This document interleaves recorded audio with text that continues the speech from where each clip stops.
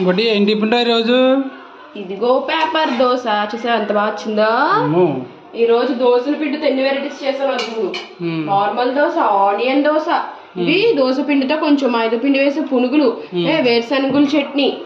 Next ఇంకా ఇప్పుడేమో నీకోసం ఎగ్ దోశ వేస్తాను చూడు.